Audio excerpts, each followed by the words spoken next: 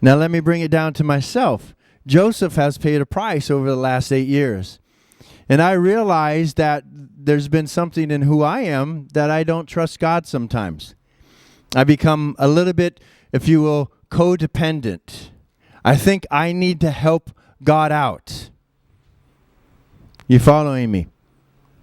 I think, oh God, it's an honorable thought, but it's a lack of trust. Oh God, I don't want to do this or this or this because I don't want your name to be looked at in a negative way. So I'm going to help you out, God. I'm going to save you, God. I'm going to rescue you, God, from all these things. And I've paid a personal price because of that. Because I've tried to be helping God in a way that God doesn't need my help like that. And over the years, it's made me tired, and it just pooped me out emotionally because I've tried to do that for God. Does that make sense to you? So there's a price to pay. But even if there's a price to pay, God's plan works out, doesn't it? But not exactly how you expect. Let me just kind of go off of this. Moses, right? There's 10 plagues he had to deal with, didn't he? I bet you anything after the first plague, Moses thought it was going to be done. You ever think about it? I was thinking about that last night. I would have thought one plague and man, it'll be done. But no, it didn't happen as he expected. There was 10 plagues. Had to do it 10 times. Joshua, remember he spied out the land for Moses? He saw the promised land and he thought, oh yeah, this is it. I'm going to go back. We're going to report the promised land and we're going to take it. He is probably very excited. He comes back, reports. Everybody else has disbelief. And God says, well, Joshua, you get to go in. And Caleb, you get to go in. But everybody else is going to die. Could you imagine Joshua? If I'm Joshua, I'm calculating. I'm thinking, if everybody's going to die before I get into the promised land, that means if people just die of natural deaths, we'll just take one person, they'll die of natural deaths, that's another 40 or 60 years. Well, I'm going to get into the promised land when I'm an old man. I wouldn't be excited about that plan. Hello? You wouldn't either, would you? You guys are quiet today. I'm not sure why. Drink some coffee, would you? I had to deal with God's timing. As I was saying, for 4 or so years, I spent a lot of time with Ramon and mentoring Ramon. Our vision is to plant a lot of churches, so I spent a lot of time with Ramon. Even in early 2008, we started to give him a job description of what a pastor would be. Julie was working on it and said, well, this is kind of a job description. And then kind of gave him some thoughts about going to seminary so he can kind of continue his education, be mentored where I could no longer mentor him. So my plan was he would do all those things and then he would begin to take over the church pretty soon. Well, that wasn't God's plan. Because God shared with Ramon, I want you to move to Pasadena and go to Fuller and move away from this church. And so he shared that with me. That was hard. I tried to take another breath and say, okay, well, let's put a positive, what am I going to do, Joseph? What's going to go on? And then when I realized, probably around towards the end of 2008, I just realized, well, I can't be a pastor anymore. I'm tired. I don't know what to do. And my whole thought process was, I'm tired. What am I going to do? I have a church of people who are looking to me to be the main leader, but I can't be the leader anymore because I'm tired. So I said, God, I don't know what you're going to do because I don't know what I'm going to do, and I'm done, God. I just want you to know, hello, I'm done because I'm just tired emotionally. And then right about that period of time, I started saying that.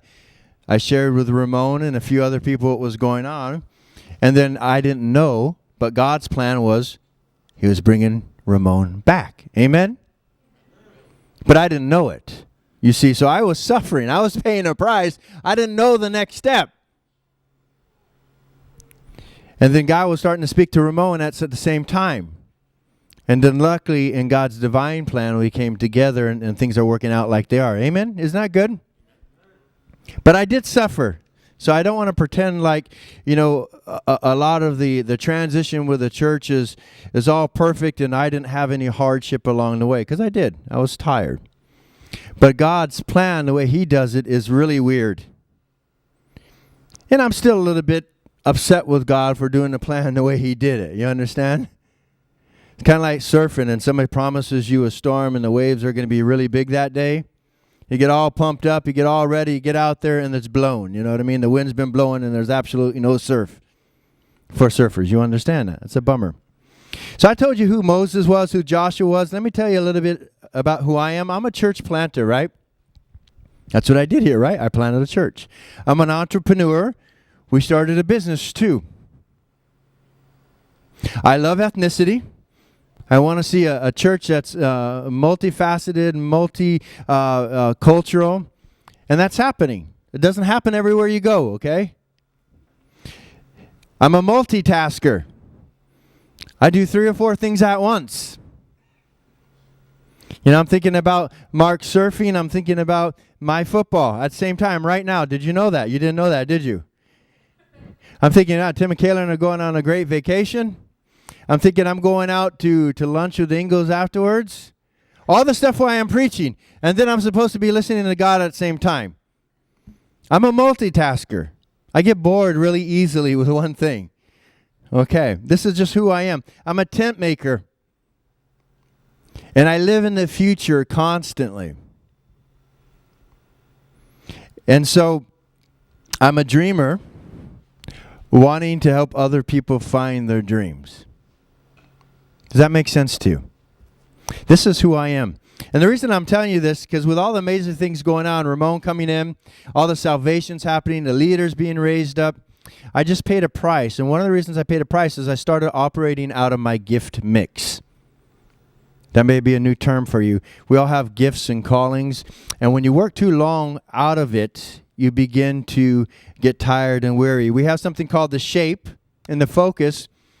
And what we do is we help people find what their gifts are. So if you want to find out what your gifts are, you want to go to the focus. And then you take the shape. And then you find out your gifts. When we mentor, the main reason we're mentoring is we're training people to work in what they're gifted to do. Because when you work out of what you're gifted to do, you'll be the most successful. It gives you energy. It gives you drive. It gives you excitement. Now, it doesn't mean we can't, take out the trash. Okay? Nobody's called to take out the trash. All right? We all take out the trash, right? Well, at least I do most of the time. I'm just waiting for Josiah to get a little bit older, and he'll take out the trash. So when you operate too long out of your gift mix, you begin to get tired. You're with me, right? But God's plans always work themselves out in spite of the mistakes we make along the way. Isn't that wonderful? I'm sure Moses was disappointed. He didn't get to go in the promised land.